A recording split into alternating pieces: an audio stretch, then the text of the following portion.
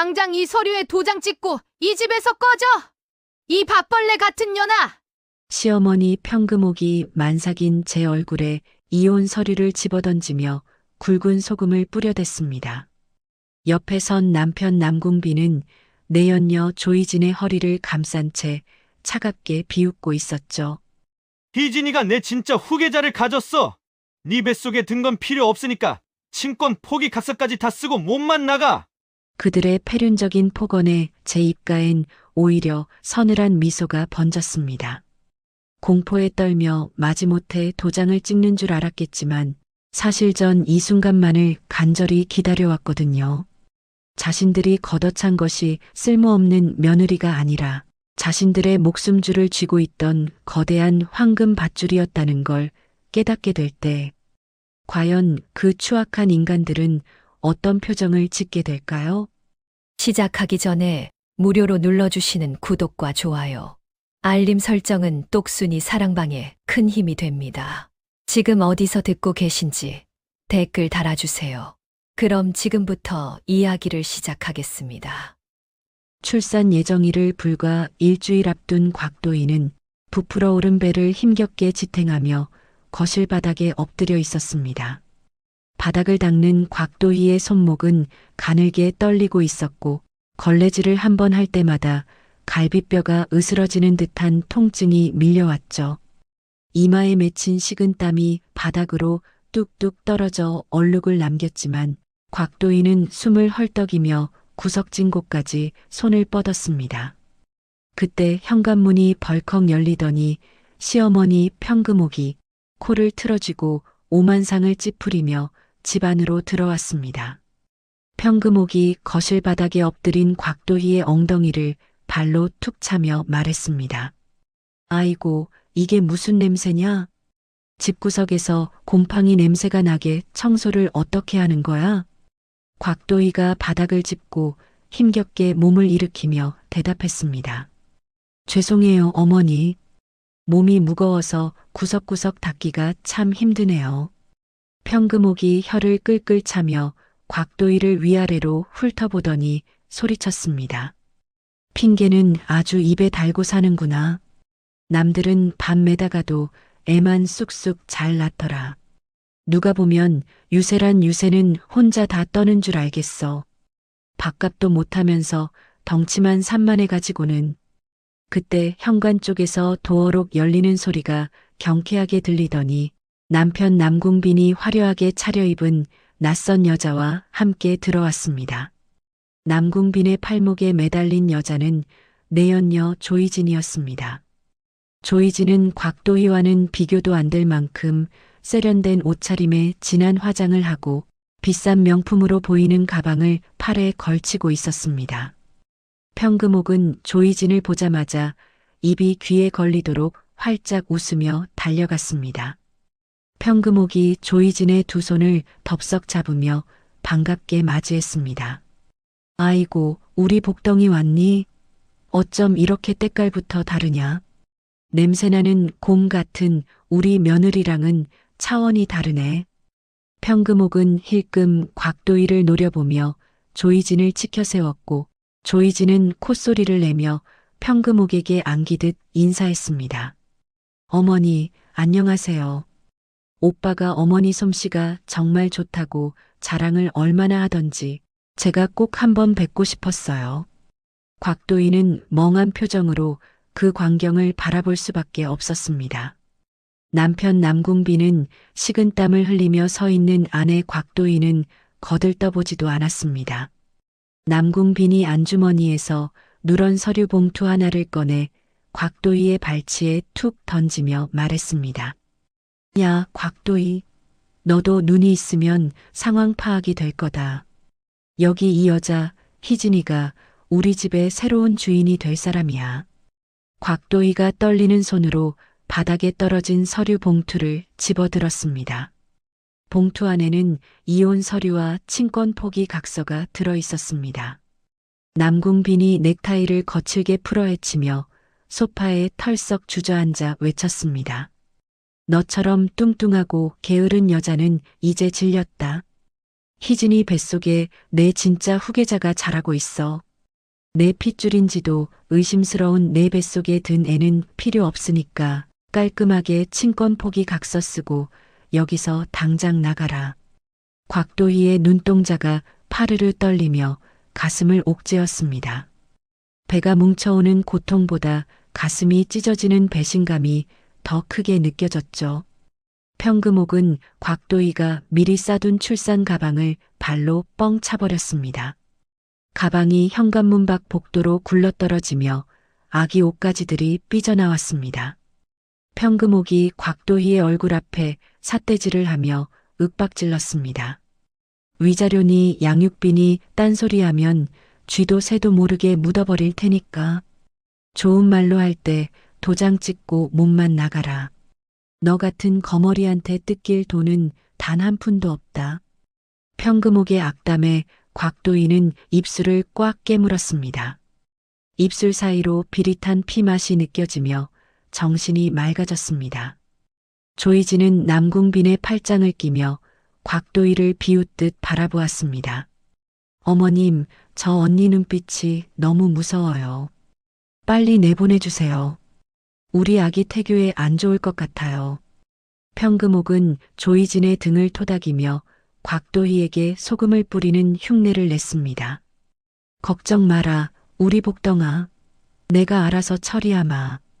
야, 곽도희. 안 나가고 뭐해?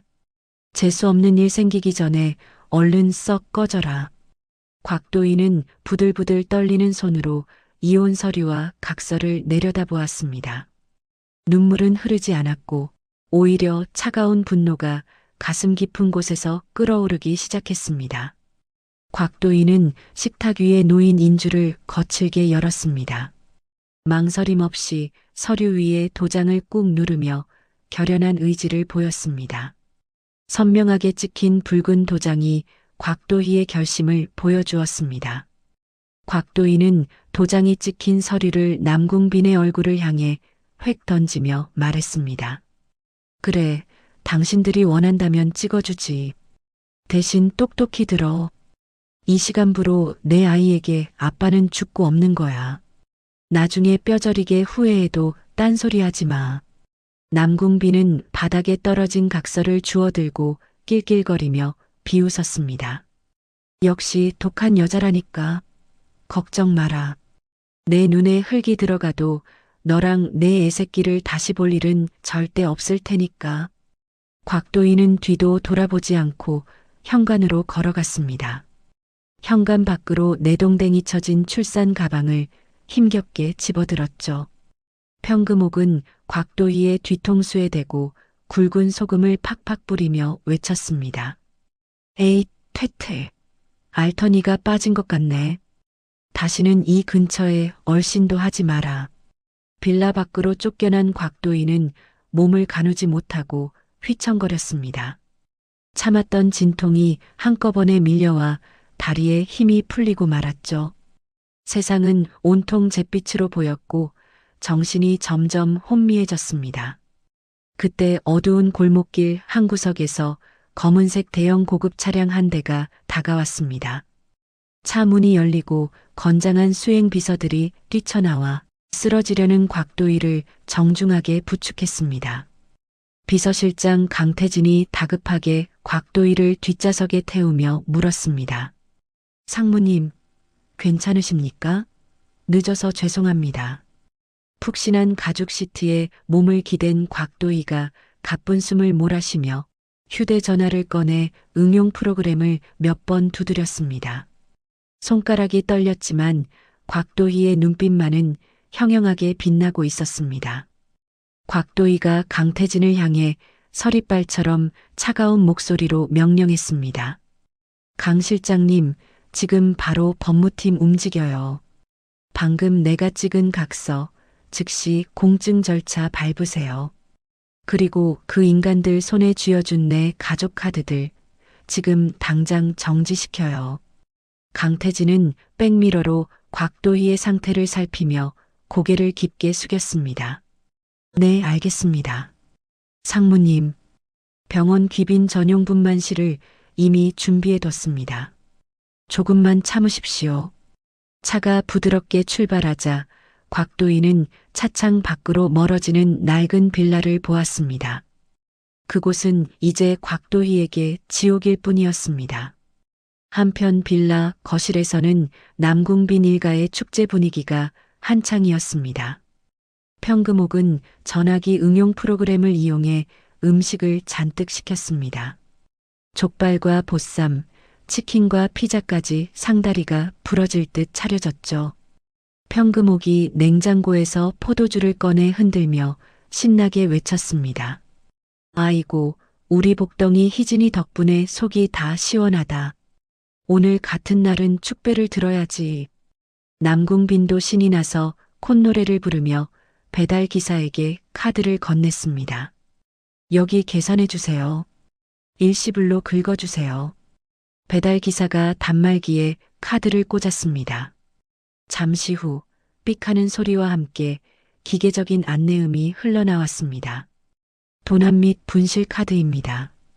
거래가 거절되었습니다.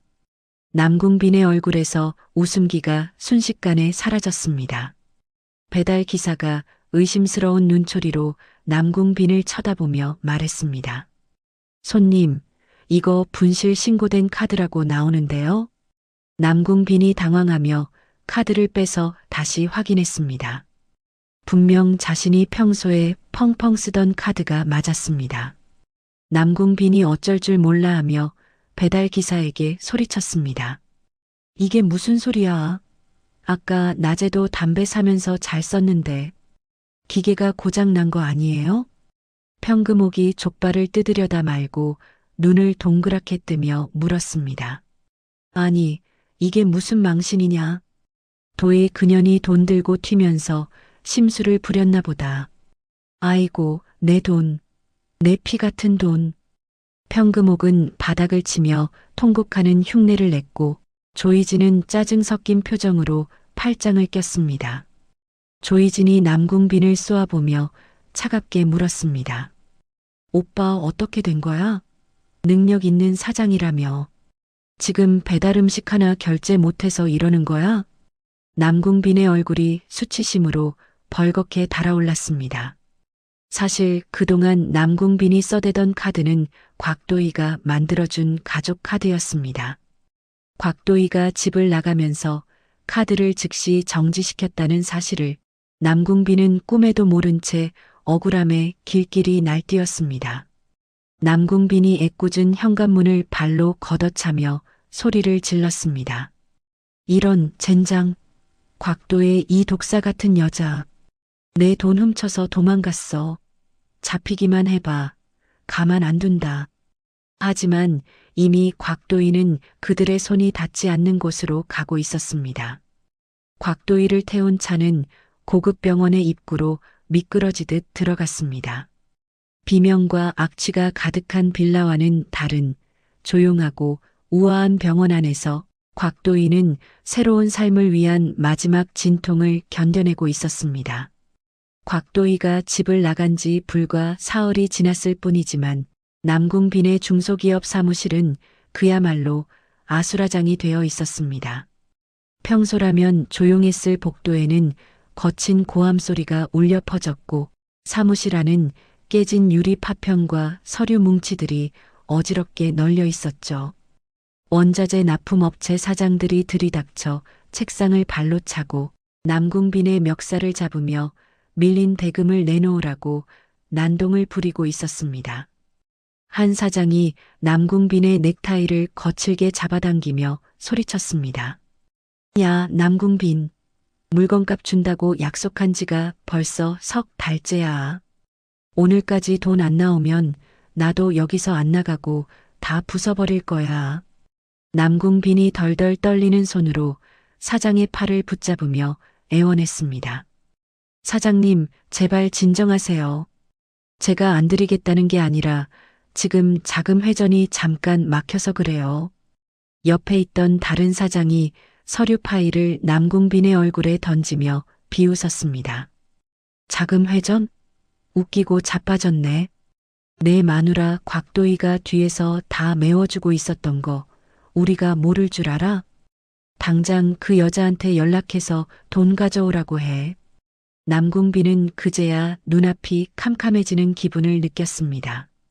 사실 그동안 회사가 굴러갔던 것은 남궁빈의 능력이 아니라 곽도희가 친정에서 가져온 자산과 사비를 털어 구멍난 독을 막아왔기 때문이었죠. 남궁빈이 구석에서 떨고 있는 격리 직원을 향해 다급하게 소리쳤습니다. 미스 김, 법인 계좌에 남은 돈 없어? 일단 급한 불부터 꺼야 하니까 있는 대로 다 긁어 모아봐.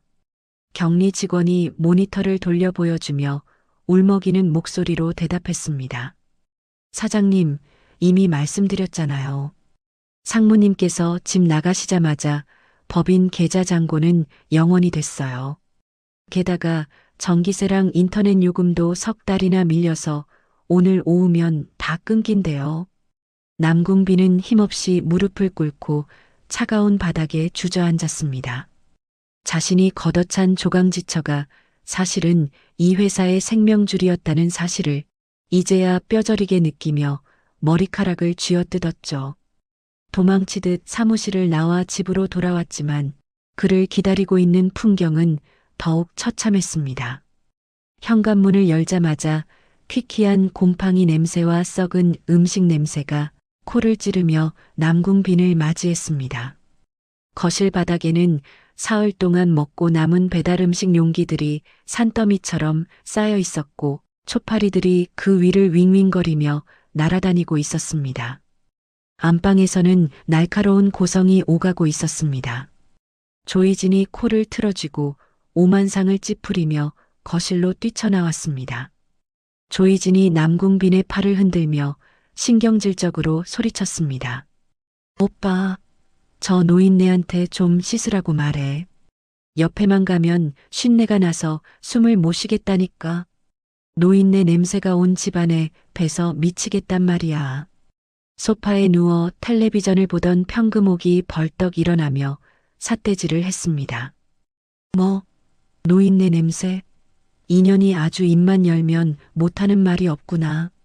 내가 내 시어머니 될 사람이야.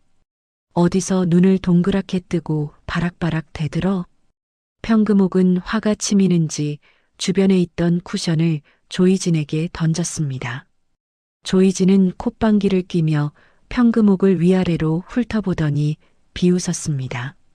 시어머니 대접받고 싶으면 돈을 좀 내놓든가요? 부잣집 사모님이라면서 집에 쌀도 없고 물도 없는데 무슨 며느리 대접을 받으려고 그래요? 평금옥이 가슴을 쥐어뜯으며 남궁빈을 향해 울부짖었습니다. 도훈아, 전현 말하는 것 좀 봐라. 내가 저런 거 보려고 도희를 내쫓은 줄 아니? 배고파 죽겠는데 밥도 안 하고 저게 뭐 하는 짓이야. 조이진이 팔짱을 낀 채 소파에 털썩 주저앉으며 쏘아붙였습니다. 나도 배고파 죽겠어. 오빠, 돈 좀 줘봐. 편의점이라도 가서 먹을 것 좀 사오게. 남궁빈은 깊은 한숨을 내쉬며 바지 주머니를 뒤집었습니다. 나오는 것이라고는 구겨진 1,000원짜리 몇 장과 100원짜리 동전뿐이었죠. 남궁빈이 떨리는 손으로 돈을 세며 힘없이 말했습니다. 알았어, 알았어. 그만들 좀 싸워. 내가 나가서 컵라면이라도 사올 테니까. 남궁빈은 도망치듯 집을 나와 편의점으로 향했습니다. 진열대 앞에서 가장 저렴한 컵라면 3개를 집어든 남궁빈의 손이 부들부들 떨리고 있었습니다. 계산대 위에 동전을 쏟아붓고 개수를 세는 자신의 처지가 참량하기 짝이 없었죠. 다시 집으로 돌아온 남궁빈은 거실 바닥에 라면을 차렸습니다. 평금옥은 썩은 김치 냄새에 코를 막으며 대꾸했습니다. 아이고, 이게 무슨 맛이냐? 도희가 끓여주던 소고기 묵국이 생각나네. 그년이 음식 솜씨 하나는 정말 기가 막혔는데. 조이진이 젓가락을 탁 내려놓으며 평금옥을 쏘아보았습니다. 어머님, 지금 그 소리가 나와요? 그 곰 같은 언니가 좋으면 다시 데려오든가요? 평금옥이라면 국물을 들이키며 혀를 찼습니다. 예. 너는 요리도 못하면서 말만 청산유수구나. 냉장고에 썩은 김치밖에 없는데 장이라도 보게 돈 좀 꺼내봐. 조이지는 어이가 없다는 듯 헛웃음을 터뜨리며 대답했습니다. 어머님, 저 손에 물 한 방울 안 묻히고 살았어요. 어머님이 숨겨둔 돈이라도 있으면 좀 내놓으세요. 그때 누군가 현관문을 쾅쾅 두드리는 소리가 들렸습니다. 세 사람은 숨을 죽인 채 얼어붙어 서로의 눈치만 살폈죠. 문 밖에서 걸걸한 목소리의 집주인이 고함을 질렀습니다. 남궁 사장, 안에 있는 거 다 알아. 문 좀 열어봐. 남궁 빈이 쭈뼛거리며 현관문을 아주 조금 열었습니다. 집주인 할아버지가 험상궂은 표정으로 서서 서류 뭉치를 흔들었습니다. 집주인이 남궁 빈의 가슴팍을 찌르며 윽박질렀습니다. 남궁 사장, 지금 장난해? 월세가 1년이나 밀렸어. 보증금 다 까먹고도 남은 거 알지? 이번 주까지 당장 방 빼. 남궁 빈이 무릎을 꿇고 사정하며 말했습니다. 어르신, 제발 한 번만 봐주세요. 제가 곧 큰 돈이 들어올 때가 있습니다. 며칠만 더 기다려주세요. 집주인은 콧방귀를 뀌며 차가운 사실을 내뱉었습니다. 듣기 싫어. 곽 상무님이 집 나가시면서 남궁 사장 명의로 된 임대차 계약 해지 대리권 행사한 거 몰라? 그분이 밀린 이자까지 다 정리하고 계약 끝냈으니까 이번 주 내로 안 나가면 짐 다 밖으로 던져버릴 줄 알아. 집주인이 돌아가자 평금옥은 바닥에 주저앉아 대성통곡을 했습니다. 평금옥이 바닥을 치며 절규했습니다. 아이고, 내 팔자야. 이 늙은 나이에 길바닥에 나앉게 생겼네. 도의 그년이 아주 작정하고 우리를 죽이려 하는구나. 남궁비는 눈동자가 흔들리며 안방으로 뛰어들어갔습니다. 장판 밑에 숨겨둔 평금옥의 10년치 쌈짓돈 봉투를 확인하기 위해서였죠.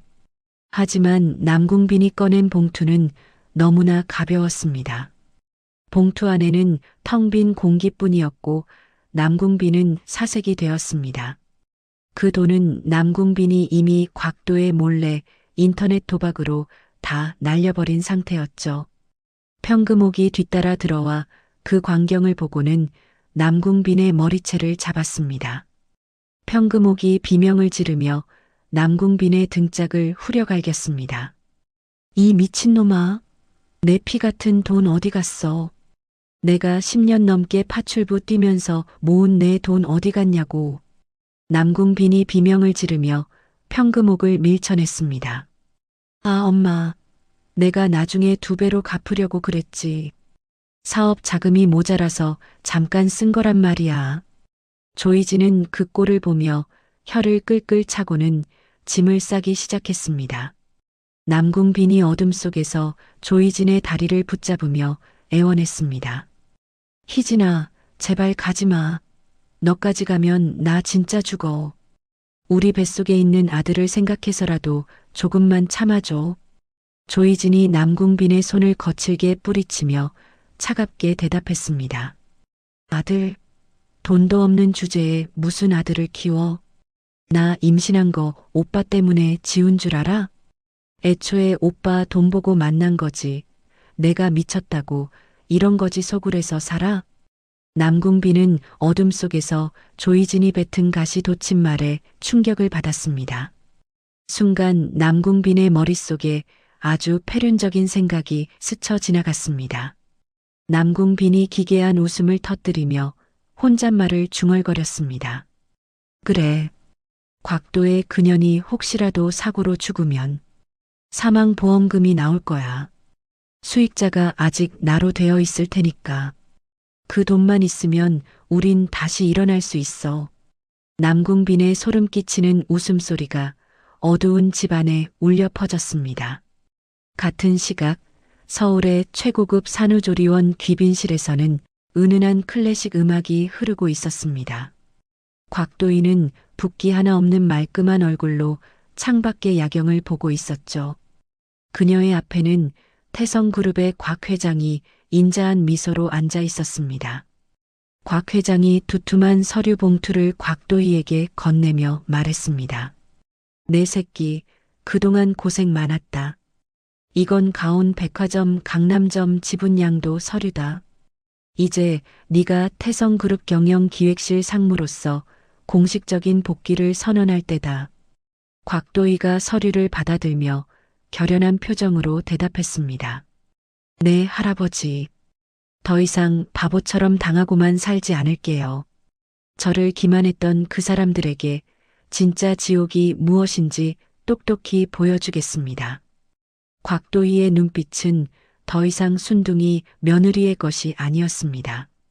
그녀의 뒤에는 유능한 조력자인 강태진 변호사가 든든하게 서 있었고 곽도희의 완벽한 복수는 이제 막 본격적인 궤도에 오르고 있었습니다. 전기가 끊겨 냉기만이 가득한 낡은 빌라의 아침은 지독한 악취와 함께 시작되었습니다. 거실 한복판에는 곽도희가 집을 나간 뒤로 단 한 번도 치우지 않은 배달음식 용기들이 곰팡이와 함께 썩어가며 코를 찌르는 냄새를 풍기고 있었죠. 그때 고요한 복도의 정적을 깨뜨리는 것은 귀를 찢는 듯한 날카로운 금속음과 전동드릴 이 돌아가는 굉음이었습니다. 현관 도어록을 강제로 부수기 위해 쇠붙이가 부딪히는 소리가 거실을 울리자 바닥에 널브러져 잠을 자던 남궁빈과 평금옥은 비명을 지르며 일어났습니다. 평금옥이 산발이 된 머리를 움켜쥐고 현관으로 달려가며 소리를 질렀습니다. 누구야? 아침부터 남의 집 문을 부수고 난리야. 도둑이야. 사람 살려. 문이 거칠게 열리며 작업복을 입은 사내들이 들이닥쳤고 그 뒤로 무표정한 얼굴의 법원 집행관이 서류를 내밀며 대답했습니다. 법원에서 나왔습니다. 퇴거 명령이 떨어졌으니 강제 집행을 시작하죠. 짐 싸서 당장 이 집에서 나가주셔야겠습니다. 빨간 압류 딱지를 든 집행관들은 흙이 잔뜩 묻은 신발을 신은 채 거실로 성큼성큼 들어와 집안 곳곳을 누비기 시작했습니다. 그들의 무심한 발자국은 곽도희가 무거운 몸을 이끌고 피땀 흘려 닦아놓았던 장판 위에 시커먼 흙먼지를 지니기며 흉측한 자국을 남기고 있었죠. 집행관들은 텔레비전과 냉장고, 심지어 조이진의 화장대까지 가차없이 붉은색 압류 딱지를 하나하나 붙여나갔습니다. 평금옥은 그 충격적인 광경에 눈을 뒤집으며 거품을 물고 바닥에 쓰러졌고 남궁빈과 조이진은 속옷바람으로 구석에 몰려 사시나무 떨듯 몸을 떨었습니다. 그때 흙먼지가 날리는 아수라장 한복판으로 말끔한 정장 차림의 남자가 들어왔습니다. 고급스러운 향기를 풍기며 등장한 남자는 태성그룹의 강태진 변호사였습니다. 강태진은 서류 가방을 고쳐 잡으며 한겨울 얼음장보다 더 차가운 눈빛으로 바닥에 엎드린 남궁빈을 경멸하듯 내려다보았습니다. 평금옥이 엉금엉금 기어가 강태진의 바짓가랑이를 덥석 잡고 늘어지며 울부짖었습니다. 아이고 선생님, 이게 무슨 날벼락입니까? 우리 아들은 아무 잘못 없어요. 며느리가 집 나가면서 무슨 음모를 꾸민 게 분명하다고요. 강태진은 더러운 오물이 묻었다는 듯 눈살을 찌푸리며 평금옥의 손을 거칠게 털어내고 한 걸음 뒤로 물러섰습니다. 강태진은 입가에 싸늘한 비웃음을 머금은 채 남궁빈에게 퇴거 명령서를 던졌습니다. 그리고 남궁빈의 코앞에 태블릿 컴퓨터를 들이밀며 단호하게 말했습니다. 기회라니 가당치도 않군요. 곽 상무님께서 당신들에게 보여주라고 하신 게 있습니다. 당신들이 누구 돈을 쓰고 누구를 내쫓았는지 이제라도 똑똑히 확인하시죠. 강태진이 화면을 가볍게 터치하자 뉴스 속보 영상이 거실의 정막을 뚫고 선명한 화질과 음성으로 재생되기 시작했습니다. 화면 속 앵커의 목소리는 너무나도 명확하게 거실 구석구석을 파고들었죠. 앵커의 목소리가 흘러나오며 남궁빈의 심장을 날카롭게 찔렀습니다. 속보입니다. 국내 유통업계 1위인 태성그룹의 막내 손녀이자 후계자 곽도의 상무가 3년 만에 경영 일선에 정격 복귀했다는 소식입니다. 화면 속에는 우아하고 세련된 정장을 입은 곽도희가 수많은 기자들의 플래시 세례를 받으며 당당하게 걷고 있었습니다. 안경을 벗고 화려하게 피어난 곽도희의 모습은 범접할 수 없는 아우라를 뿜어냈죠. 남궁빈은 숨쉬는 법조차 잊은 채 화면 속 아내를 바라보며 돌처럼 굳어버렸습니다. 평금옥이 입을 딱 벌린 채 턱이 빠질 듯 경악하며 비명을 질렀습니다. 저게 정말 우리 며느리란 말이냐? 곽도희가 태성그룹 상속녀라고? 말도 안 돼. 전현이 우리를 속인 거야. 재벌가 딸이 왜 우리 집에 들어와? 남궁빈의 머릿속은 수만 가지 생각이 뒤엉키며 하얗게 타버리고 말았습니다. 자신이 3년 동안 곰 같은 여자라며 구박하고 무시했던 아내가 사실은 대한민국 최고의 부를 거머쥔 재벌가 손녀였다는 진실이 믿기지 않았죠. 강태진은 넋이 나간 남궁빈에게 접근 금지 명령서까지 내밀며 차갑게 덧붙였습니다. 강태진이 남궁빈의 비참한 몰골을 훑어보며 비웃듯이 말했습니다. 당신들은 이제 곽 상무님과 아이 근처에 1km도 접근할 수 없습니다. 만약 회사나 병원 근처에 나타나면 그 즉시 형사고발 조치하겠습니다. 강태진이 뒤도 돌아보지 않고 빌라를 빠져나가자 평금옥은 눈에 도끼를 띠며 일어났습니다. 평금옥이 남궁빈의 등을 거칠게 떠밀며 윽박 지르듯 소리쳤습니다. 남궁빈, 뭐하고 있어? 당장 우리 며느리 찾으러 가야지. 가서 빌면 받아줄지도 모르잖아. 재벌집 사모님이 시어머니를 모른 척하겠어? 조이진은 자신이 뺏은 남자가 알짜배기 사장이 아닌 빈털털이었다는 사실에 남궁빈의 뺨을 세게 내리치며 분노의 화살을 돌렸습니다. 하지만 조이진 역시 당장 머물 곳이 없었기에 그들을 따라 나설 수밖에 없었죠. 세 사람은 우여곡절 끝에 택시를 잡아타고 태성그룹 본사 빌딩에 도착했습니다.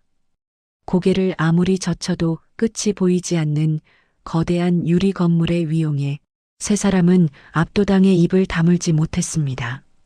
평금옥은 헝클어진 머리를 대충 쓸어 넘기며 회전문으로 무작정 돌진했습니다. 입구를 지키던 덩치 큰 보안 요원들이 앞을 가로막자 평금옥이 고래고래 소리를 질렀습니다. 비켜. 내가 여기 회장 시어머니야. 내 며느리가 곽도의 상무라고. 당장 나오라고 해. 시어머니가 왔는데 버선발로 안 뛰어나와? 남궁빈도 옆에서 거들며 옛날의 권위를 되찾으려 허세를 부렸습니다. 하지만 보안팀장은 이미 연락을 받은 듯 냉담한 표정으로 무전기를 들었습니다. 보안팀장이 요원들에게 차가운 어조로 명령을 내렸습니다. 이분들 곽 상무님께서 말씀하신 잡상인들입니다. 당장 밖으로 끌어내세요. 보안 요원들이 평금옥과 남궁빈, 조이진의 팔을 짐짝처럼 거칠게 들어 올렸습니다. 세 사람은 럭셔리한 대리석 로비 바닥 위에서 비참하게 질질 끌려나갔죠. 결국 회사 정문 밖 뜨거운 아스팔트 바닥 위에 개처럼 내동댕이 쳐지고 말았습니다. 지나가던 직장인들이 그 한심한 꼴을 보며 혀를 차고 사진을 찍어댔습니다. 평금옥은 바닥을 치며 대성통곡했지만 웅장한 회사 문은 굳게 닫힌 채 열리지 않았습니다.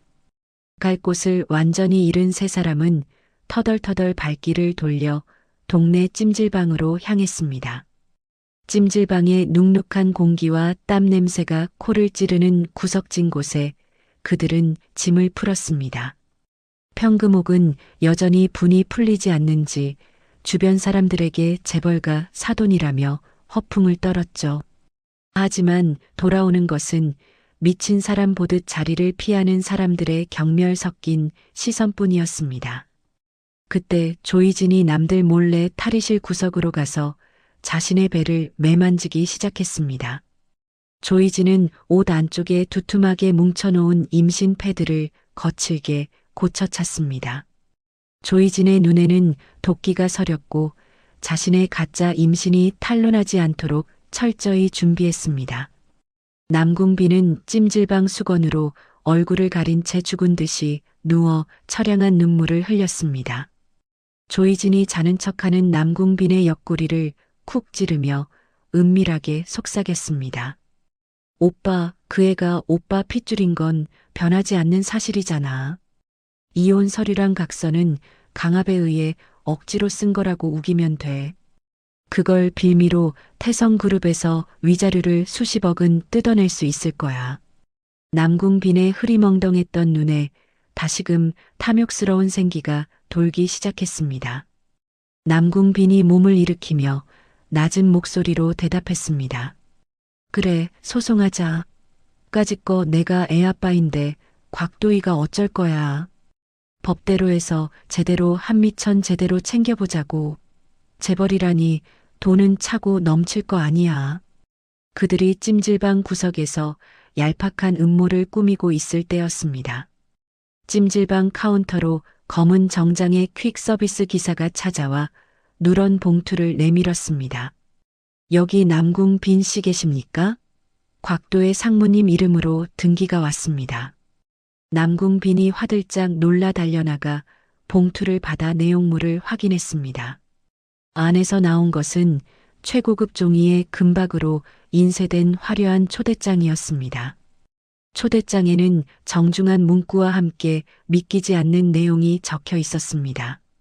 남궁빈님과 평금옥 여사님을 태성그룹 자선 파티의 VIP로 모십니다. 그동안의 오해를 풀고 가족으로서 대화의 시간을 갖고 싶습니다. 곽도의 드림.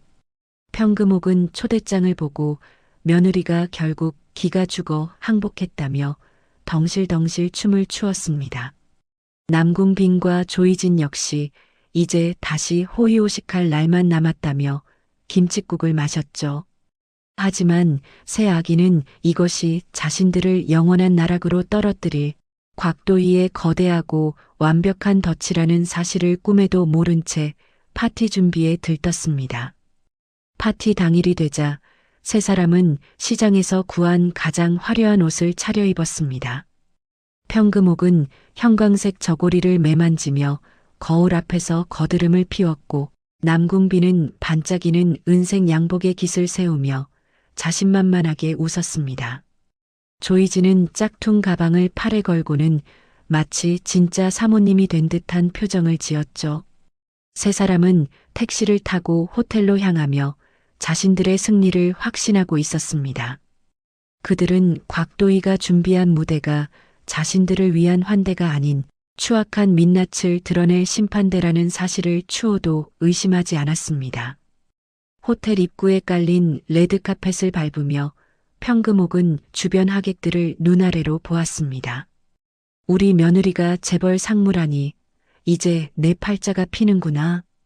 평금옥은 혼잣말을 내뱉으며 파티장 안으로 당당하게 발을 들여놓았습니다. 그녀의 머릿속에는 이미 도희가 건네줄 거에게 수표와 호화로운 생활만이 가득했죠. 남궁빈 역시 고개를 빳빳이 들고 아내의 권세를 누릴 생각에 가슴을 폈습니다. 하지만 화려한 샹들리에 아래서 그들을 기다리는 것은 따뜻한 환영이 아닌 곽도희가 치밀하게 설계한 차가운 복수의 서막이었습니다. 파티장 한 구석에서 강태진 변호사가 그들의 등장을 곽도희에게 보고했습니다. 상무님, 쥐새끼들이 제 발로 덫에 들어왔습니다. 곽도희는 와인 잔을 가볍게 흔들며 무대를 향해 천천히 걸음을 옮겼습니다. 곽도희의 눈빛은 그 어느 때보다 날카롭게 빛나며 심판의 시간을 예고했죠. 이제 곧 터져나올 진실의 폭풍 앞에서 새 아기는 여전히 탐욕의 미소를 지었습니다. 그들이 밟고 있는 레드카펫이 사실은 낭떠러지로 향하는 길임을 그 누구도 알려주지 않은 채 파티의 음악은 점점 고조되고 있었습니다. 자선 파티가 열리는 당일 오후 서울 도심의 최고급 호텔 정문 앞은 황금빛 조명과 레드카펫으로 눈부시게 단장되어 있었습니다. 최고급 외제차들이 줄을 지어서고 화려한 드레스와 턱시도를 차려입은 상류층 인사들이 우아한 몸짓으로 차에서 내리고 있었죠. 그 세련된 행렬 사이로 낡고 찌그러진 택시 한 대가 멈춰서더니 주변의 시선을 단번에 강탈하는 세 사람이 모습을 드러냈습니다. 눈이 시릴 정도로 형광빛이 도는 분홍색 저고리에 샛노란 치마를 입은 평금옥이 마치 대궐의 안주인이라도 된 양 고개를 빳빳이 들었습니다. 평금옥은 형광색 옷고름을 고쳐 매며 택시 문을 거칠게 닫고는 레드카펫 위에 발을 내디디며 주변 하객들을 훑어보았습니다. 그 뒤를 따라 내린 남궁비는 반짝이가 가득 박힌 은색 양복의 깃을 세우고 조이지는 로고가 큼지막하게 박힌 짝퉁 원피스를 뽐내며 엉덩이를 흔들었죠. 평금옥이 레드카펫 위를 걸으며 앞서가는 하객들을 팔꿈치로 밀치고 소리쳤습니다. 비켜요, 비켜. 여기 진짜 귀한 손님 지나가시니까 길 좀 터달란 말이야. 호텔 입구를 지키던 보안 요원들이 당황하여 그들의 앞을 막아서자 남궁빈이 콧방귀를 뀌며 품에서 금박 초대장을 꺼내 보안 요원의 가슴을 툭 쳤습니다. 남궁빈이 어깨에 힘을 잔뜩 주며 보안 요원에게 윽박을 질렀습니다. 여기 초대장 안 보여? 나 태성그룹 곽도의 상무 남편 남궁빈이야. 옆에 있던 평금옥도 보안 요원의 팔을 밀쳐내며 기세등등하게 거들었습니다. 이분은 그 집안 시어머니 되시는 분이고 감히 누굴 막아서는 거야? 당신들 오늘부로 다 해고당하고 싶어서 작정을 한 거야 뭐야? 보안 요원이 초대장을 확인하고 무전기에 대고 무어라 속삭이더니 묘한 표정으로 기를 터주며 허리를 굽혀 인사했습니다. 세 사람은 서로 승리의 미소를 주고받으며 파티장 안으로 위풍당당하게 입성했습니다. 그들이 밟는 대리석 바닥 위로 천장의 샹들리에 빛이 쏟아져 내렸지만 그 화려한 조명 아래서 그들이 받은 시선은 존경이 아니라 경멸이었습니다. 평금옥은 하객들의 시선을 부러움이라 착각하며 지나가는 웨이터를 멈춰 세웠습니다. 평금옥이 쟁반에서 칵테일 새우를 맨손으로 덥석 집어 입에 넣으며 말했습니다. 아이고, 여기는 먹을 게 참 많기도 하네. 예, 물수건 좀 가져와 봐라. 평금옥은 새우 꼬리를 바닥에 뱉어내며 주변 귀부인들에게 큰 소리로 자랑했습니다. 조이지는 명품 드레스를 입은 여자들 사이에서 짝퉁 가방을 슬그머니 감추면서도 마치 자신이 이 파티의 주인공인 양도도한 척 고개를 치켜들었습니다. 파티장 2층 테라스에서 그 가관인 광경을 내려다보던 곽도인은 차가운 에스프레소를 한 모금 마시며 입가에 서늘한 미소를 띄었습니다. 옆에 서 있던 강태진 변호사가 태블릿을 확인하며 낮은 목소리로 보고했습니다. 상무님, 쥐새끼들이 미끼를 물고 안으로 들어왔습니다. 준비는 끝났습니다. 곽도희가 빈 잔을 테이블에 내려놓으며 서리빨 같은 목소리로 대답했습니다. 그래요, 강 변호사님. 이제 사냥을 시작해야죠. 내 인생에서 저 오물들을 영원히 쫓아내기 위한 마지막 무대니까요. 잠시 후 파티장의 조명이 서서히 어두워지더니 무대 위로 강렬한 빛이 떨어졌습니다. 화이트 슈트를 입고 눈부시게 등장한 곽도희의 모습에 장내는 환호로 가득 찼죠. 평금옥은 눈치도 없이 무대 아래서 손을 흔들며 고래고래 소리를 질렀습니다. 평금옥이 무대 위로 기어 올라가려다 강태진의 단단한 손에 가로막히자 외쳤습니다. 예, 며느라. 나 여기 있다. 어머, 우리 며느리 때깔 고운 것 좀 봐라. 저기 높은 데서 내려와서 이 시어머니한테 인사부터 해야지 뭐하니. 곽도희가 마이크를 잡고 차가운 눈빛으로 객석의 세 사람을 응시하며 입을 열었습니다. 곽도희의 단호한 목소리가 거대한 파티장에 쩌렁쩌렁하게 울려 퍼졌습니다. 귀한 시간 내주신 여러분께 진심으로 감사드립니다. 곽도희가 말을 멈추고 남궁빈을 쏘아보며 서늘하게 덧붙였습니다.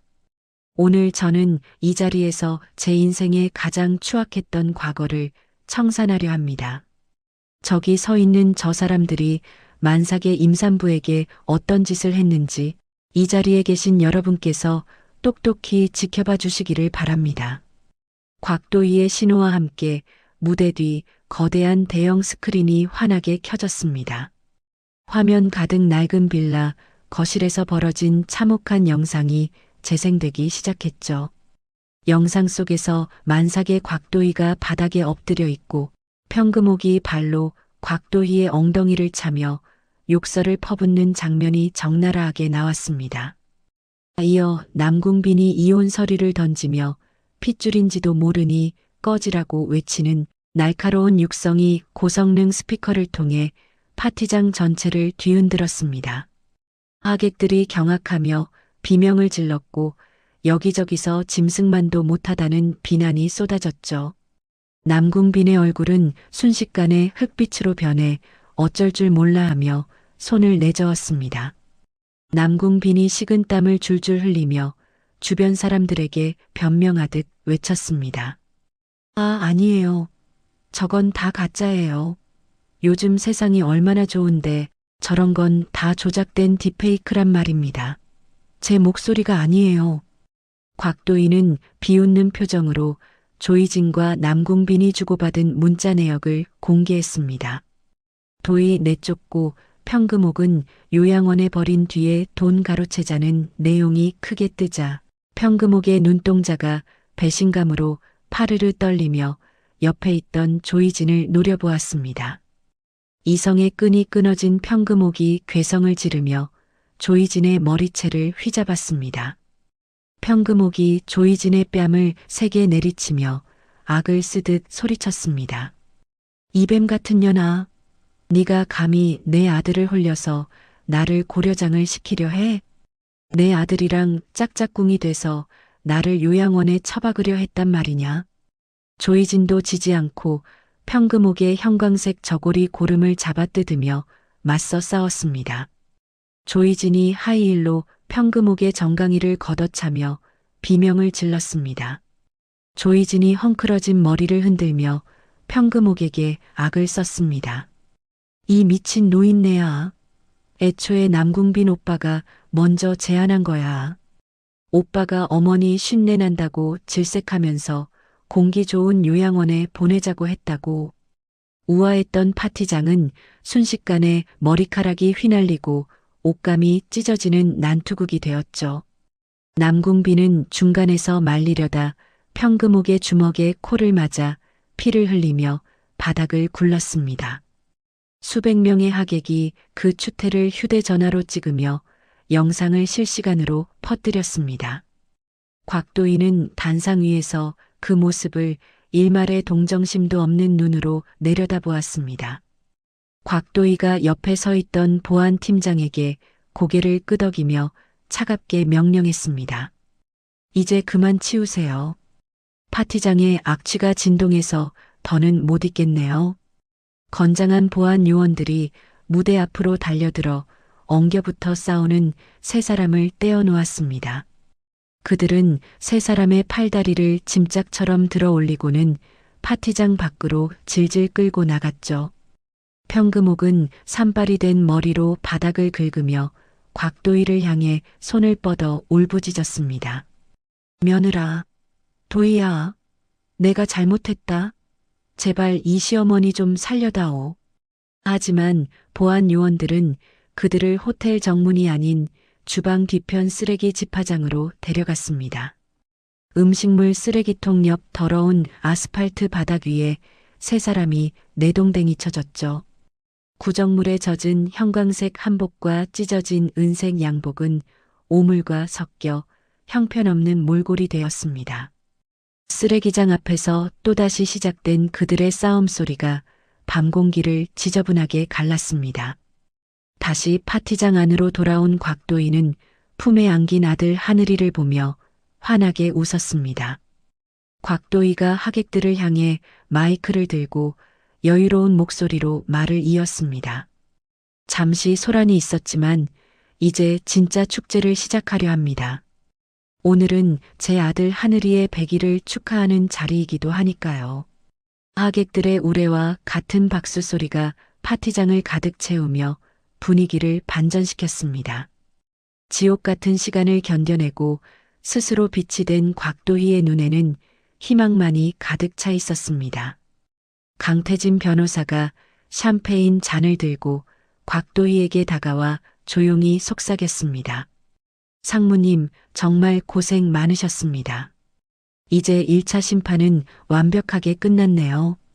곽도희는 샴페인 잔을 가볍게 부딪히며 하늘이의 통통한 볼을 부드럽게 쓰다듬었습니다. 아직 멀었어요, 강 변호사님. 저 인간들이 제 발로 지옥 끝까지 걸어 내려가게 만드는 건 이제부터 시작이니까요. 저들이 가진 마지막 욕심까지 다 타버리게 할 거예요. 곽도희의 눈빛은 무대 조명보다 더 날카롭고 강렬하게 빛나고 있었습니다. 파티장의 화려한 음악 소리는 밤이 깊어갈수록 더욱 웅장하게 울려 퍼졌습니다. 쓰레기 집화장에서 서로를 핥히며 절규하던 남궁빈 일가의 목소리는 그 즐거운 음악 소리에 묻혀 흔적도 없이 사라져버리고 말았죠. 곽도희는 아이를 안고 하객들의 축복을 받으며 진정한 상류층의 품격을 보여주었습니다.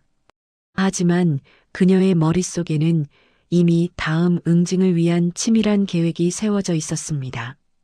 악인들이 꿈꿨던 가짜 천국은 그렇게 한순간에 잿더미가 되어 흩어지고 있었습니다. 곽도희는 창밖의 밤하늘을 보며 조용히 다짐했습니다. 하늘아, 엄마가 너를 지키기 위해 무슨 짓이든 할 거야.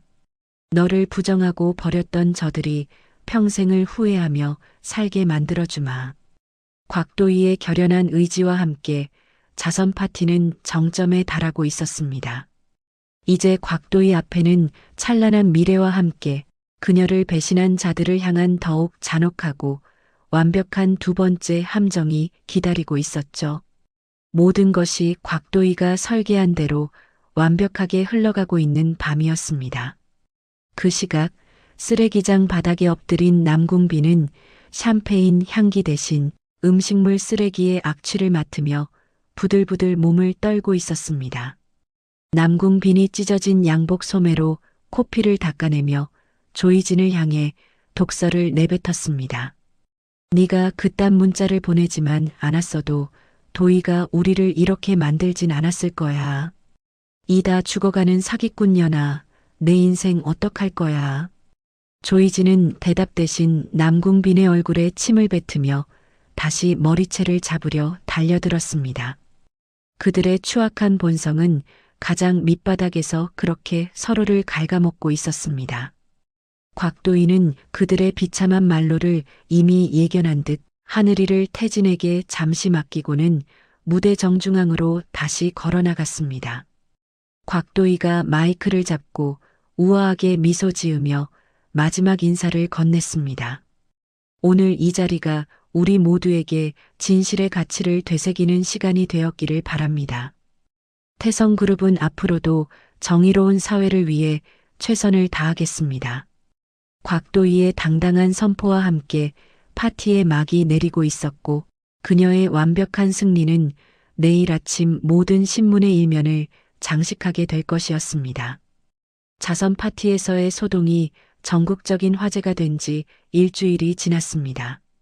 곽도희는 통창 너머로 서울 도심이 한눈에 내려다 보이는 태성그룹 상무 집무실에서 자신의 책상 위에 놓인 대형 모니터 속 그래프를 차분하게 응시하고 있었습니다. 연일 상한가를 기록하며 붉은 기둥으로 가득 찬 주가 차트는 그녀가 경영 일선에 복귀한 뒤 거둔 압도적인 성과를 증명하고 있었죠. 강태진 변호사가 김이 모락모락 나는 커피 잔을 들고 소파에 앉으며 말했습니다. 상무님, 이번에 새로 런칭한 유통 플랫폼이 시장에서 아주 큰 반향을 일으키고 있습니다. 주주들 사이에서도 상무님의 경영 능력을 이제는 누구도 의심하지 않는 분위기예요. 곽도희가 펜을 내려놓고 의자 등받이에 몸을 깊숙이 기대며 대답했습니다. 실력으로 증명하지 않으면 사람들은 언제든 다시 나를 의심할 테니까요. 강 변호사님, 저를 향한 찬사는 이 정도면 충분하니 저 아래 바닥에 처박힌 오물들의 소식도 좀 들려주시겠어요? 강태진이 태블릿 화면을 넘기며 서늘한 목소리로 보고를 이어갔습니다. 남궁빈 씨와 평금옥 씨는 찜질방에서도 쫓겨나 지금은 낡은 여인숙에 머물고 있습니다. 돈이 없어서 상무님이 후원하시는 무료 급식소에서 줄을 서서 밥을 타먹고 있더군요. 자신들이 누구의 돈으로 끓인 국을 먹고 있는지도 모른 채 말입니다. 곽도희가 비웃음 섞인 헛웃음을 터뜨리며 창밖을 향해 시선을 던졌습니다. 자신들이 짐승처럼 내쫓았던 여자가 베푸는 동정으로 목숨을 이어가고 있다니 정말 운명의 장난치고는 너무나도 통쾌한 일이네요. 한편 눅눅한 곰팡이 냄새가 진동하는 여인숙 방에서는 남궁빈과 평금옥이 좁은 방 한 구석에서 서로를 쏘아보고 있었습니다. 평금옥은 낡은 환자복 소매를 걷어올린 채 바닥을 치며 절규했습니다. 아이고 빈아, 우리가 어쩌다가 이 지경까지 떨어졌단 말이냐. 재벌 며느리를 모시고 호의호식할 생각에 잠도 안 왔는데 지금은 당장 내일 먹을 컵라면 살 돈도 없으니 이게 무슨 날벼락이야. 남궁빈이 찢어진 소주병을 손에 든 채 바닥을 굴러다니며 중얼거렸습니다. 엄마, 도희는 마음이 약하니까 우리가 가서 빌면 결국 다시 받아줄 거야. 내가 누구야? 도희가 세상에서 제일 사랑했던 남편 아니야? 조이진은 여인숙 화장실 거울 앞에서 자신의 배에 감긴 붕대를 고쳐매며 도끼 서린 표정으로 그 광경을 지켜보고 있었습니다. 조이진은 곽도희의 아이를 이용해 태성그룹의 돈을 뜯어낼 최후의 도박을 이미 머릿속으로 수십 번도 더 설계하고 있었죠. 조이진이 화장실 문을 열고 나오며 남궁빈의 어깨를 강하게 움켜잡았습니다. 오빠, 정신 차려. 지금 빌러간다고 도희 언니가 눈 하나 깜짝할 것 같아? 언니가 제일 아끼는 게 뭔지 생각해봐. 그 애만 있으면 우리 인생은 다시 역전이야. 내가 아는 흥신소 사장님이 있으니까 그 애 주변을 좀 맴돌게 해뒀어. 남궁빈이 놀란 눈으로 조이진을 올려다보며 떨리는 목소리로 물었습니다. 희진아, 너 설마 유괴라도 하겠다는 거야? 그건 정말 큰일 나. 조이진이 비웃음을 머금으며 남궁빈의 뺨을 가볍게 두드렸습니다. 유괴가 아니라 아빠로서 아이를 보고 싶다는 정당한 권리를 행사하자는 거야. 사람들 앞에서는 애절한 부성애를 연기하고 뒤로는 합의금을 챙기면 되는 거지. 오빠는 그저 내가 시키는 대로 눈물만 흘리면 돼. 알았지? 하지만 조이진은 꿈에도 모르고 있었습니다. 강태진 변호사가 이미 그녀의 모든 의료 기록을 샅샅이 뒤져서 그녀가 오래전부터 불임 판정을 받았다는 사실을 확인했다는 것을요. 강태진은 집무실에서 조이진의 산부인과 진료 내역서를 도희에게 보여주었습니다. 강태진이 종이 한 장을 가리키며 낮은 목소리로 설명했습니다. 조이진 씨는 이미 5년 전에 영구 불임 판정을 받은 상태입니다. 지금 저 여자가 남궁빈 씨를 속여서 벌이는 임신쇼는 완벽한 가짜예요. 게다가 맘카페에 올린 아이 사진들도 해외 사이트에서 도용한 것으로 확인됐습니다. 곽도희가 서류를 가볍게 털어내며 차가운 미소를 지었습니다. 정말 끝까지 추악한 인간들이네요. 자기들끼리 속고 속이면서 결국은 제 발로 지옥을 향해 뛰어드는 꼴이라니 참으로 가련해요. 그날 오후 곽도희는 퇴근 후 하늘이의 성장 앨범을 넘기며 평온한 시간을 보냈습니다. 강태진 변호사가 정갈한 차를 도희의 탁자 위에 올려두며 다정하게 말했습니다. 재경 씨, 아니 상무님. 이제는 조금 마음을 편히 가지셔도 됩니다. 하늘이는 제가 목숨을 걸고서라도 안전하게 지킬 테니까요. 곽도희가 태진의 따뜻한 시선을 마주하며 고개를 끄덕였습니다. 강 변호사님 덕분에 제가 다시 숨을 쉬고 살 수 있게 되었어요. 우리 하늘이에게도 강 변호사님은 아빠보다 더 든든한 존재라는 걸 잘 알아요. 그때 곽도희의 휴대전화로 익명의 메시지와 함께 여러 장의 사진이 도착했습니다. 사진 속에는 유모차를 타고 산책하는 하늘이와 그 뒤를 몰래 쫓아다니는 검은 옷의 남자가 생생하게 찍혀 있었죠. 곽도희가 부들부들 떨리는 손으로 전화를 꽉 쥐며 강태진에게 외쳤습니다. 강 변호사님, 이 사진들 좀 보세요. 저 추악한 인간들이 감히 내 아기 뒤를 밟고 있다고요. 어린이집 주변까지 기웃거리는 걸 보니 정말 미친 게 분명해요. 강태진이 사진을 훑어보며 미간을 찌푸렸지만 이내 냉정함을 되찾았습니다. 상무님, 진정하십시오. 이미 경호팀이 그 남자를 밀착 감시하고 있습니다. 오히려 이 상황이 저들을 사회적으로 완벽하게 매장할 결정적인 미끼가 될 거예요. 제가 아는 시사 프로그램 김 PD에게 연락해서 판을 키워보겠습니다. 곽도희가 가쁜 숨을 몰아쉬며 결연한 표정으로 대답했습니다. 좋아요. 전 국민이 보는 앞에서 저들의 가면을 낱낱이 벗겨주세요. 제 아이를 건드린 대가가 얼마나 참혹한지 뼈저리게 느끼게 해줄 거예요. 며칠 뒤 곽도희는 시사 토크쇼 진실의 눈 메인 PD를 은밀히 만났습니다. 곽도희가 정갈한 서류 뭉치를 PD에게 건네며 낮은 목소리로 제안했습니다. 김 PD님, 전 국민의 공분을 살 만한 확실한 특종을 하나 드릴게요. 재벌가에 핍박받는 불쌍한 서민 가족이라는 연극을 준비하는 자들이 있습니다.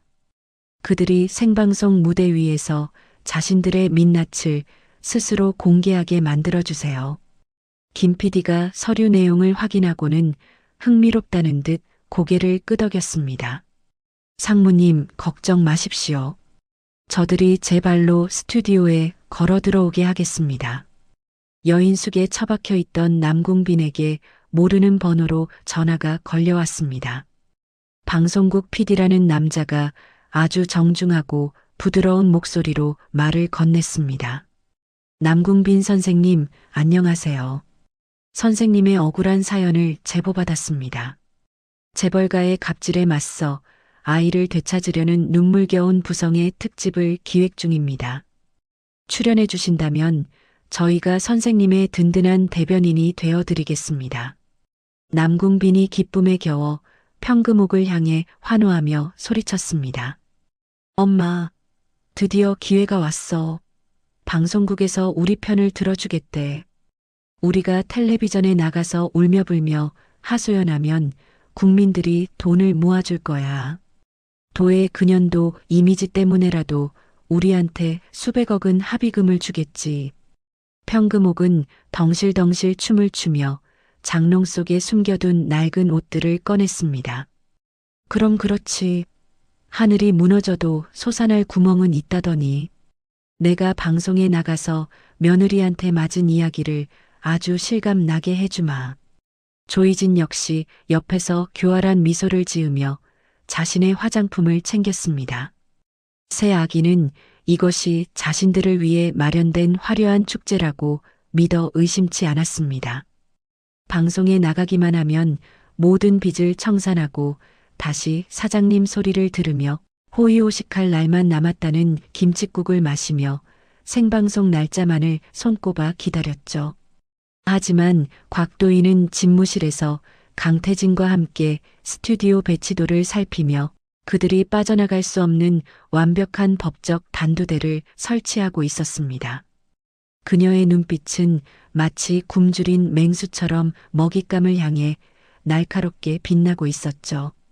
곽도희가 태진을 향해 샴페인 잔을 가볍게 들어올리며 말했습니다.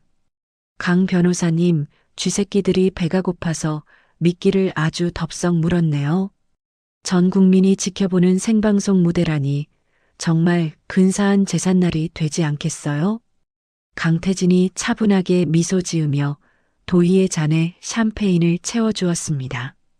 네, 상무님. 저들이 쏟아낼 거짓말 한마디 한마디가 결국 자신들의 목을 죄는 밧줄이 될 겁니다. 무대 준비는 끝났습니다. 곽도희는 창밖의 밤하늘을 보며 아이의 이름을 나직하게 불렀습니다. 하늘아, 엄마가 너를 부정했던 자들에게 가장 잔인한 진실을 보여줄게. 다시는 그 누구도 우리를 함부로 대하지 못하도록 말이야. 곽도희의 가슴 속에서는 폭풍전야와 같은 고요하고도 강렬한 투지가 끓어올랐습니다. 악인들이 꿈꾸는 가짜 영광의 시간이 조금씩 저물어가고 있었고 진실의 칼날을 든 곽도희의 마지막 사냥이 시작될 준비를 마쳤습니다. 그녀는 이제 더 이상 피해자가 아닌 심판자로서 당당히 무대에 설 준비가 되었습니다.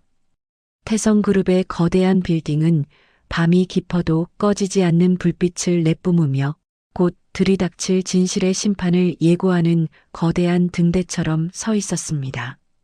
여인숙의 눅눅한 공기 속에서 탐욕의 꿈을 꾸는 세 사람의 머리 위로 곽도희가 설계한 차가운 운명의 그림자가 서서히 드리워지고 있었습니다. 완벽한 복수는 이제 단 한 걸음만을 남겨두고 있었고 그 결말은 그 누구도 상상하지 못한 처절하고도 완벽한 사이다가 될 것이었습니다. 곽도희는 천천히 안경을 고쳤으며 차가운 미소를 입가에 띄웠습니다. 자선 파티가 끝난 후 세상의 모든 비난을 한몸에 받게 된 남궁빈 일가는 곰팡내 나는 좁은 여인숙 방에 모여 앉아 서로의 얼굴을 뚫어지게 노려보았습니다. 천장에서는 누런 물이 뚝뚝 떨어지고 있었고 벽지 사이로 기어다니는 벌레들이 그들의 처절한 처지를 증명하고 있었죠. 조이지는 헝클어진 머리를 거칠게 쓸어 넘기며 스마트폰 화면을 두드렸고 비열한 미소를 지으며 남궁빈과 평금옥을 향해 은밀한 제안을 건넸습니다. 조이진이 침을 꿀꺽 삼키며 낮은 목소리로 일행을 부추겼습니다. 오빠, 어머님, 이대로 당하고만 있을 거예요? 사람들은 원래 돈 많은 재벌이라면 일단 색안경부터 끼고 본단 말이에요. 우리가 피해자인 것처럼 프레임을 짜서 여론을 뒤집으면 곽도의 그 여자도 돈으로 입을 막으려 들 수밖에 없어요.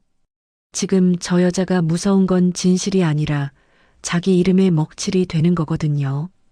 조이지는 그 길로 유명 온라인 커뮤니티와 맘카페에 소설 같은 글을 올렸습니다.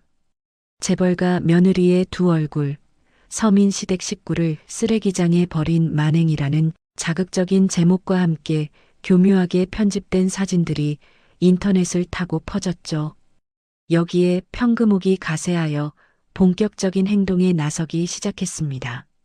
평금옥은 멀쩡한 다리에 하얀 붕대를 칭칭 감고 목에는 보호대까지 두른 채 태성그룹 본사 정문 앞으로 가서 낡은 휠체어에 몸을 실었습니다. 평금옥이 지나가는 사람들을 붙잡고 눈물을 쥐어짜며 비명을 질렀습니다. 여러분, 제 말 좀 들어보세요. 저기 저 높은 건물에 있는 재벌 며느리가 늙은 시어머니를 짐짝처럼 던져서 제 허리가 다 부러졌습니다. 돈 많으면 시어머니를 이렇게 개 패듯 패도 되는 세상입니까?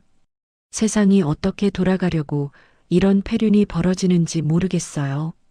평금옥은 휠체어에서 떨어지는 신용을 하며 바닥을 긁는 열연을 펼쳤고 본사 앞은 금세 구경꾼들과 취재진으로 인산인해를 이루기 시작했습니다. 그 시각 남궁빈은 조이진이 미리 섭외한 사이버 레카 유튜버와 만났습니다. 남궁빈은 카메라가 돌아가기 직전 눈물 한약을 몰래 넣고는 초췌한 표정을 지었죠. 남궁빈이 카메라 렌즈를 응시하며 가슴을 치며 애절하게 호소했습니다. 저는 돈 같은 건 정말 관심도 없습니다. 그저 제 핏줄인 우리 아들을 한 번만이라도 따뜻하게 안아보고 싶은 아비의 마음뿐입니다. 그런데 제 아내는 재력을 앞세워 저를 파렴치범으로 몰고 아이를 뺏어갔습니다. 무능한 아버지가 아들을 찾을 수 있게 여러분이 도와주세요. 이 영상은 삽시간에 수백만 조회수를 기록하며 전 국민적인 분노를 자아냈습니다. 인터넷 댓글창에는 곽도희를 비난하는 악플들이 폭풍처럼 쏟아지기 시작했죠. 재벌이면 다냐, 시어머니 폭행은 선을 넘었다, 태성그룹 불매하자 등 여론은 걷잡을 수 없이 악화되었고 태성그룹의 주가는 곤두박질 치기 시작했습니다. 태성그룹 이사회는 긴급 소집되었고 이사들의 거센 압박이 곽도희를 향했습니다. 장 이사가 책상을 내리치며 곽도희를 매섭게 쏘아붙였습니다. 곽상무, 이게 도대체 무슨 망신인가? 개인적인 가정사 때문에 그룹 전체의 이미지가 실추되고 불매운동까지 벌어지고 있잖나. 당장 저 사람들과 합의를 하든 사과를 하든 해결책을 내놓게. 상무 자리가 애들 장난인 줄 아나? 회사가 무너지면 책임질 건가? 곽도희는 이사들의 비난 섞인 시선에도 흔들림 없이 차가운 표정을 유지했습니다. 하지만 집무실로 돌아온 곽도희를 기다리고 있는 것은 더 잔혹한 협박이었습니다. 조이진이 흥신소 직원을 시켜 도희의 아들 하늘이가 어린이집에 등원하는 모습과 집 주변을 배회하는 사진들을 곽도희의 개인 휴대전화로 전송한 것이었죠. 사진과 함께 도착한 메시지에는 짧지만 강렬한 조이진의 욕망이 담겨 있었습니다. 상무님, 아이가 참 예쁘네요. 100억이면 이 위험한 스토킹을 끝낼 수 있어요. 합의 안 하면 이 사진들이 어떤 자극적인 기사로 나갈지 상상해 보세요. 아이의 안전을 생각한다면 현명한 선택을 하시길 바랄게요. 곽도희는 사진 속 하늘이의 천진난만한 얼굴을 보자 온몸이 부들부들 떨려왔습니다. 하얗게 질린 손등 위로 핏줄이 서고 주먹을 꽉 쥐는 곽도희의 모습은 마치 폭풍 전야의 고요함처럼 서늘한 살기마저 느껴질 정도였습니다. 강태진 변호사가 다가와 곽도희의 어깨를 조심스럽게 다독이며 말했습니다. 상무님, 저들이 결국 가장 비겁한 방법을 선택했군요. 아이를 건드린 이상, 이제는 우리도 더 이상 방어만 하고 있을 수는 없습니다. 이미 모든 반격 준비는 끝났으니 상무님의 결정만 내리시면 됩니다. 곽도희가 사진을 책상 위로 거칠게 내던지며 강태진을 향해 결연하게 말했습니다. 강 변호사님, 저 쓰레기들이 제 아이를 장사 미천으로 삼으려 했어요. 이건 용서의 범위를 넘어섰습니다. 전 국민이 지켜보는 생방송 무대 위에서 저들의 추악한 민낯을 하나도 남김없이 다 까발려 줄 거예요. 방송국 김 PD에게 연락하세요. 제가 직접 스튜디오로 나가겠다고요. 가짜 눈물로 세상을 속인 죄가 얼마나 무거운지 똑똑히 보여주겠습니다. 곽도희는 정면 돌파를 선택했고 시사 프로그램 진실의 눈 출연을 확정지었습니다. 남궁빈 일가에게는 방송국을 통해 억울함을 풀어주겠다는 소식이 전달되었죠. 여인숙방에서 소식을 들은 남궁빈과 평금옥은 승리감에 취해 환호했습니다. 남궁빈이 평금옥과 조이진의 손을 맞잡으며 기쁘게 외쳤습니다. 엄마, 희진아, 드디어 우리가 이겼어. 방송국에서 판을 깔아준다잖아. 우리가 나가서 눈물 한번 제대로 쏟아주면 곽도희는 끝장이야. 조이진은 거울을 보며 가장 청초하고 불쌍해 보이는 화장법을 연구했고 평금옥은 방송에서 기절하는 연기를 선보이겠다며 의욕을 불태웠습니다. 생방송 당일 오후 방송국 대기실에는 팽팽한 긴장감이 감돌았습니다. 남궁빈은 일부러 며칠간 면도를 하지 않아 초췌한 몰골을 만들었고 평금옥은 다시 휠체어에 앉아 신음소리를 내는 연습에 몰두하고 있었죠. 조이진은 낡은 카디건을 걸치고 인형을 포대기에 싸서 아는 채 대기했습니다. 조이진이 인형을 다독이며 금방이라도 눈물이 터질 것 같은 목소리로 연습했습니다. 아이고, 우리 불쌍한 아기. 엄마가 미안해. 재벌 엄마한테 뺏겨서 미안해. 오빠, 내 연기 어때? 이 정도면 전국에 있는 엄마들이 다 울겠지? 오늘 방송 끝나면 우리는 진짜 돈방석에 앉는 거야. 오빠. 남궁빈이 조이진의 손을 꽉 잡으며 야욕에 찬 눈빛으로 고개를 끄덕였습니다. 드디어 스튜디오에 붉은색 생방송 사인이 켜지며 방송의 막이 올랐습니다. 진행자가 침통한 표정으로 카메라를 응시하며 오프닝 멘트를 시작했습니다. 시청자 여러분, 오늘 저희는 재벌가의 갑질로 인해 삶이 파괴된 한 평범한 서민 가족의 억울한 사연을 조명해 보려 합니다. 남궁빈 선생님, 지금 심정이 어떠신지 국민들께 직접 말씀해 주시죠. 남궁빈이 마이크를 잡고 울먹이는 목소리로 거짓 진술을 시작하려던 찰나 스튜디오의 육중한 문이 열리며 화이트 슈트 차림의 곽도희가 당당히 입장했습니다. 곽도희의 서늘한 미소와 범접할 수 없는 기계에 스튜디오는 순식간에 정적에 휩싸였죠. 곽도희가 남궁빈의 눈을 똑바로 응시하며 속으로 차갑게 을조렸습니다. 지옥에 온 걸 환영해, 남궁빈. 오늘이 너희들의 화려한 제삿날이니까. 곽도희는 반론석에 자리를 잡고 강태진 변호사가 건넨 서류 가방을 열었습니다. 남궁빈과 조이진, 평금옥의 얼굴에서 순간적으로 핏기가 가시는 것이 보였죠. 생방송의 붉은 불빛은 이제 그들의 거짓을 심판할 단두대의 칼날처럼 빛났습니다. 남궁빈이 당황하여 목소리를 가다듬으며 진행자에게 따지듯 물었습니다. 아니, 저 여자가 왜 여기 나오는 겁니까? 방송국에서 약속한 거랑 다르잖아요. 우리끼리만 나와서 이야기하기로 한 거 아니었냐고요. 당장 내보내주세요. 곽도희가 여유로운 몸짓으로 마이크를 조정하며 차가운 목소리로 대답했습니다. 남궁빈 씨, 거짓말을 하려면 최소한 상대방이 있는 곳에서 해야죠. 전 국민을 상대로 한 당신들의 화려한 연극, 제가 직접 끝내러 왔습니다. 전 국민의 시선이 집중된 가운데 곽도희는 여유롭게 안경을 고쳤었고 그녀의 입술 사이로 흘러나올 진실의 폭풍이 시작될 준비를 마쳤습니다. 가장 높은 곳에서 가장 낮은 곳으로 추락하게 될 악인들의 비참한 말로가 이제 단 몇 분 후면 전 세계로 생중계될 운명의 시간이 다가오고 있었습니다.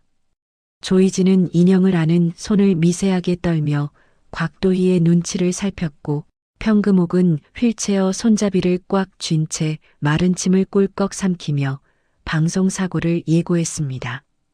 방송국 김 PD가 부조종실에서 곽도희를 향해 엄지손가락을 치켜 세웠습니다.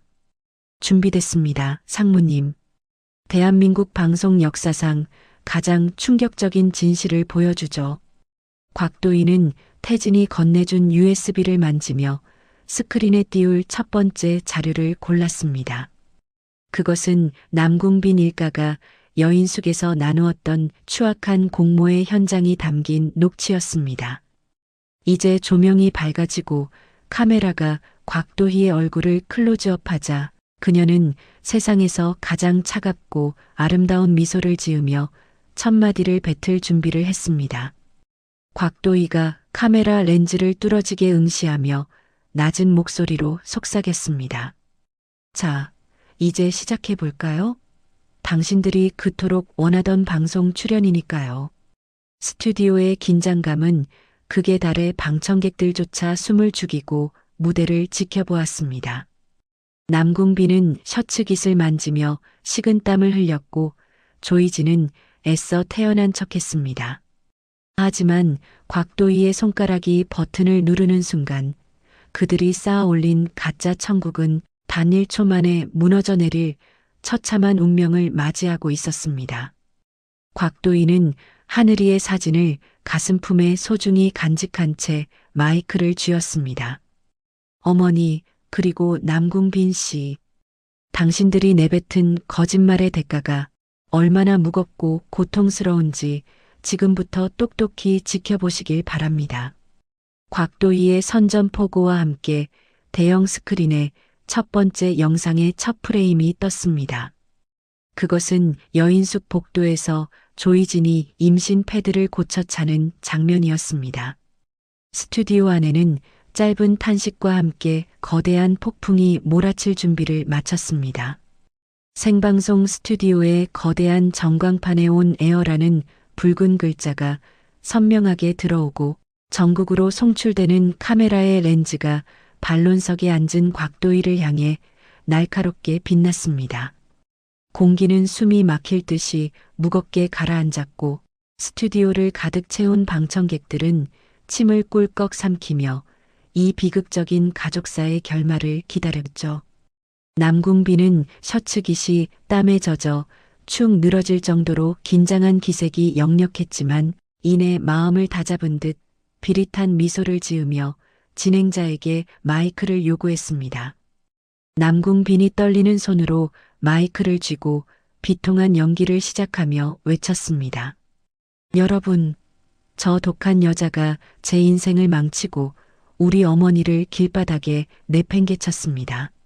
심지어 제 자식까지 뺏어가서 아비 얼굴도 못 보게 막고 있어요. 돈만 있으면 세상 법도 다 무시해도 되는 겁니까? 옆에 있던 평금옥도 휠체어에 몸을 구부린 채 쿨럭거리며 가세했습니다. 평금옥이 힘없는 목소리로 쇳소리를 내며 방청객들을 향해 하소연했습니다. 아이고, 내 팔자야. 며느리한테 맞아서 다리가 병신이 됐는데도 병원비 한 푼 안 내주는 저 사악한 년을 좀 보세요. 억울해서 못 죽겠네.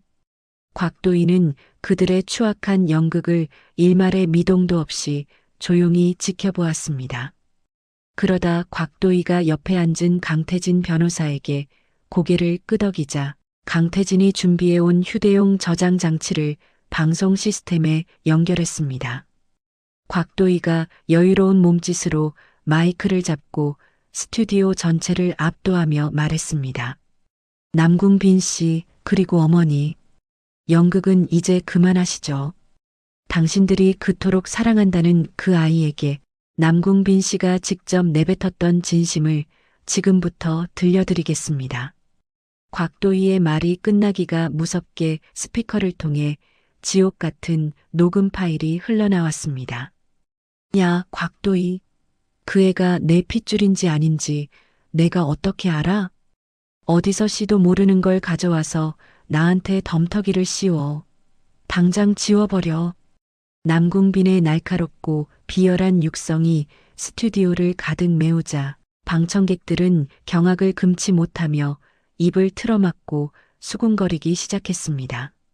남궁빈의 얼굴이 순식간에 하얗게 질려 사색이 되어 소리를 질렀습니다. 아니야. 저건 다 가짜야. 목소리 조작이라고. 다들 속지 마세요. 곽도희는 비웃는 듯한 표정으로 이번엔 평금옥을 향해 시선을 돌렸습니다. 곽도희가 차가운 목소리로 휠체어에 앉은 평금옥을 지목하며 말했습니다. 어머니, 다리가 아파서 한 걸음도 못 걷겠다고 하셨죠? 그럼 며칠 전 본사 앞에서 시위를 하시던 도중에 뒷골목으로 들어가서 벌어진 이 상황은 어떻게 설명하시겠어요? 스튜디오 메인 스크린에 고화질 CCTV 영상이 선명하게 떠올랐습니다. 화면 속에서 휠체어에 앉아 신음하던 평금옥이 주변에 사람이 없는 것을 확인하더니 벌떡 일어나 기지개를 켜며 구석진 곳으로 걸어가는 장면이 나왔습니다. 영상 속 평금옥은 아주 건강한 모습으로 족발뼈를 양손으로 잡고 뜯으며 지인과 통화하며 껄껄거리고 담배까지 피우는 충격적인 모습이었습니다. 평금옥이 영상 속에서 신이 나서 소리치는 대사까지 생생하게 들려왔죠. 야, 이거 돈이 쏠쏠하다. 며느리 그년 피를 말려서 수십억은 뜯어낼 거야. 내가 죽는 연기 하나는 기가 막히잖아. 안 그래? 그 모습에 스튜디오 여기저기서 사기꾼 할멈 이라는 야유가 터져나왔고 평금옥은 당황하여 휠체어에서 굴러떨어질 듯 몸을 비틀거렸습니다. 이어서 곽도희의 서늘한 시선이 마지막 미끼인 조이진을 향했습니다. 조이진은 헝클어진 머리를 매만지며 여전히 인형을 소중히 안고 있었지만 그녀의 눈동자는 이미 구석진 곳을 찾으며 도망갈 궁리를 하고 있었죠. 곽도희가 강태진 변호사가 건넨 두툼한 서류 뭉치를 카메라 앞에 펼쳐 보였습니다. 곽도희가 조이진의 얼굴을 뚫어지게 노려보며 단호하게 폭로했습니다.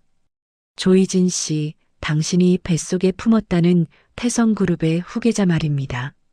당신이 5년 전 불임 판정을 받았던 이 의료 기록은 어떻게 설명할 건가요?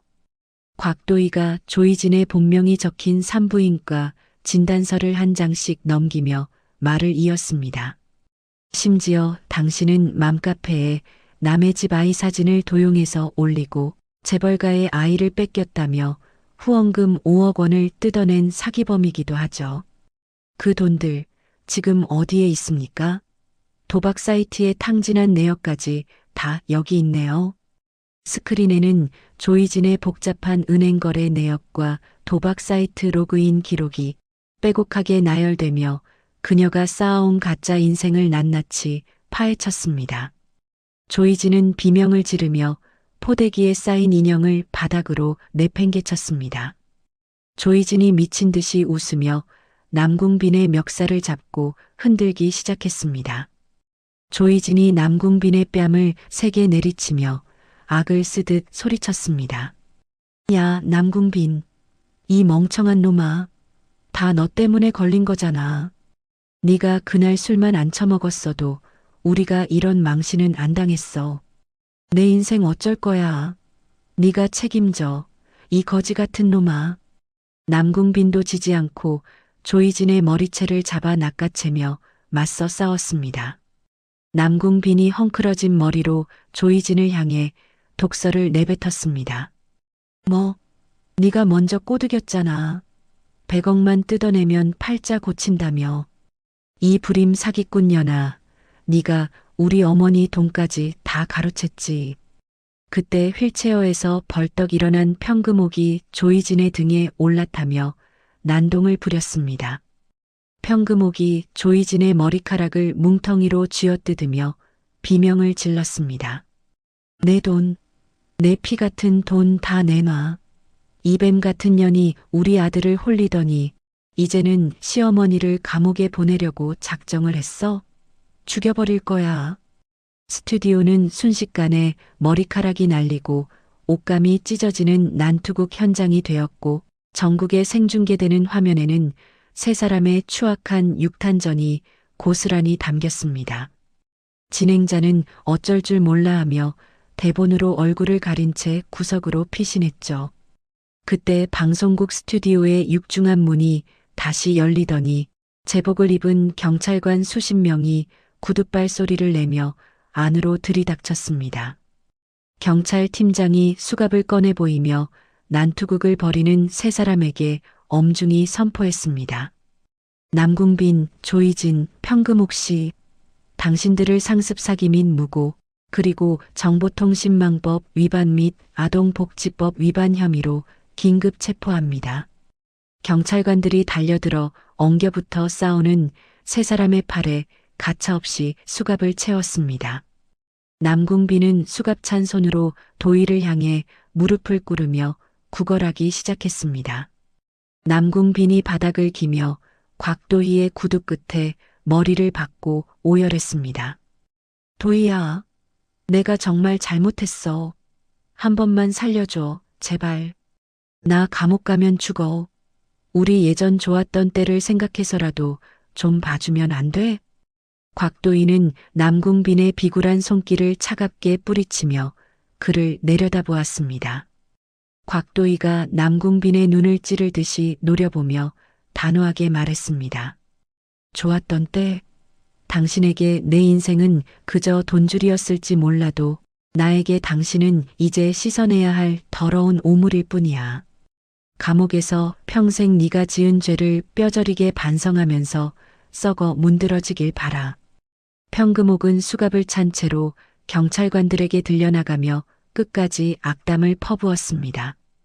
평금옥이 목에 핏대를 세우며 도희를 향해 침을 뱉으려 시도했습니다. 이 독한 년, 시어머니를 감옥에 보내고 네가 잘 살 것 같으냐? 천벌을 받을 거다. 내 돈 내놔. 내 아들 살려내라고 이 괴물 같은 년아. 조이진은 헝클어진 머리로 얼굴을 가린 채 아무 말도 하지 못하고 끌려갔습니다. 방청객들은 그들이 사라지는 뒷모습을 보며 우레와 같은 박수와 환호를 보냈고 진실이 승리하는 순간을 목격한 사람들의 눈에는 카타르시스가 가득했죠. 곽도희는 스튜디오 중앙에 홀로 남아 카메라를 정면으로 응시했습니다. 곽도희가 마이크를 고쳐 잡으며 전 국민을 향해 나직하지만 힘있게 말했습니다. 거짓은 아무리 빨리 달려도 결국 진실에게 덜미를 잡히기 마련입니다. 저는 이제 저 추악한 과거를 뒤로하고 제 아이와 함께 새로운 삶을 살아가려 합니다. 부족한 제 사연을 들어주시고 응원해주신 모든 분께 진심으로 감사드립니다. 곽도희의 마지막 멘트와 함께 스튜디오의 조명이 서서히 꺼지기 시작했습니다. 그녀의 얼굴에는 그동안 쌓였던 모든 슬픔과 분노가 씻겨 내려간 듯 평온함이 서렸죠. 강태진 변호사가 다가와 곽도희의 어깨를 따뜻하게 감싸 안으며 밖으로 인도했습니다. 상무님, 정말 고생 많으셨습니다. 이제 진정한 자유를 얻으셨네요. 곽도희가 태진의 품에 기대어 스튜디오를 빠져나오며 깊은 안도의 숨을 내쉬었습니다. 병원에서 기다리고 있을 아들 하늘이의 얼굴이 떠오르자 눈시울이 붉어졌죠. 이제 그녀의 앞에는 더 이상 눈물 젖은 걸레질도 시어머니의 매서운 발길질도 없는 찬란한 미래만이 펼쳐져 있었습니다. 악인들을 향한 완벽한 심판은 그렇게 전 국민의 박수 소리와 함께 마무리되었습니다. 방송국 밖으로 나오자 밤 공기는 그 어느 때보다 상쾌하고 시원했습니다. 곽도희는 밤하늘의 밝은 달을 보며 조용히 아이의 이름을 불러보았습니다. 하늘아, 엄마가 드디어 해냈어. 이제 우리에게 지옥은 영원히 끝이야. 강태진이 열어주는 차 뒷좌석에 앉은 곽도희는 창밖으로 멀어지는 방송국 건물을 보며 자신의 인생에서 가장 길고도 힘들었던 전쟁의 종지부를 찍었음을 실감했습니다. 차는 부드럽게 출발하여 진정한 집으로 향했고 곽도희의 가슴속에는 승자의 여유와 함께 새로운 희망의 씨앗이 움트고 있었습니다. 전 국민을 충격에 빠뜨렸던 그날의 생방송 이후 어느덧 1년이라는 시간이 흘러 세상은 평온을 되찾은 듯 보였습니다. 하지만 지은 죄의 대가를 치러야 하는 자들에게 시간은 결코 관대하지 않았죠. 차가운 시멘트 벽으로 둘러싸인 교도소 안에서 남궁빈은 퀴퀴한 곰팡이 냄새가 진동하는 바닥에 웅크리고 앉아 있었습니다. 과거 번듯한 중소기업 사장이라며 거드름을 피우던 모습은 온데간데 없고 빛바랜 수의를 입은 남궁빈의 얼굴은 깊은 주름과 검버섯으로 가득했습니다. 남궁빈이 식판에 담긴 식은 밥과 짠지만 남은 국물을 내려다보며 옆에 앉은 동료 수수생에게 비굴한 목소리로 말을 걸었습니다. 형님, 오늘 국은 유독 더 짜네요. 예전에 제 아내가 끓여주던 소고기 묵국은 정말 시원하고 맛있었는데 그때는 그게 소중한 줄도 모르고 만날 투정만 했지 뭡니까. 남궁빈의 말이 끝나기도 전에 험상궂은 인상의 수수가 남궁빈의 식판을 발로 찼습니다. 수수가 남궁빈의 멱살을 잡고 얼굴에 침을 뱉으며 소리를 질렀습니다. 이 페류나 자식아, 만삭인 마누라 발로 차서 쫓아낸 놈이 국 타령을 해? 너 같은 놈은 이런 밥도 과분하니까 입 닥치고 바닥에 떨어진 거나 하차 먹어. 남궁빈은 비명을 지르며 바닥에 흩어진 밥알을 손으로 긁어 모았습니다. 주변 죄수들의 비웃음 소리가 좁은 감방 안에 가득 울려 퍼졌지만 남궁빈은 그저 한 끼를 때우기 위해 흙먼지 묻은 밥을 입에 넣어야 했죠. 같은 시각 여자 교도소의 세탁실에서는 평금옥이 땀을 뻘뻘 흘리며 산더미처럼 쌓인 다른 수수생들의 겉옷을 손으로 빨고 있었습니다. 평금옥은 빨갛게 터진 손가락 마디마디가 아려오자 걸레를 내던지며 투덜거렸습니다. 평금옥이 허리를 짚으며 옆에서 감시하던 젊은 수수생에게 짜증을 냈습니다. 야, 내가 누군 줄 알아? 나 여기 태성그룹 회장 시어머니가 될 사람이었어. 어디서 이런 천한 일을 나한테 시키는 거야? 당장 교도관 불러와. 평금옥의 말이 끝나자마자 등 뒤에서 매서운 손찌검이 날아왔습니다. 방장이 평금옥의 머리카락을 잡아 낚아채며 서늘하게 속삭였습니다. 할망구가 아직도 정신을 못 차렸네? 네가 내쫓은 며느리가 지금은 회장이야. 너는 그냥 여기서 썩어 문드러질 죄수일 뿐이라고. 한 번만 더 주둥이 놀리면 오늘 저녁은 굶을 줄 알아. 알았어? 평금옥은 눈물이 고인 눈으로 다시 세탁대야 앞에 무릎을 꿇었습니다. 집에서 곽도희가 빨래를 할 때마다 손이 시리다고 투정 부리던 곽도희를 향해 빨래는 손맛이지 라고 비웃으며 세탁기를 못 쓰게 했던 과거가 떠올랐죠. 자신이 뱉은 가시돋친 말들이 이제는 채찍이 되어 자신의 등 뒤를 사정없이 때리고 있었습니다. 한편 증거 부족과 가벼운 형량으로 먼저 출소한 조이진은 기차역 근처의 낡고 어두운 단칸방에서 악취나는 하루를 보내고 있었습니다.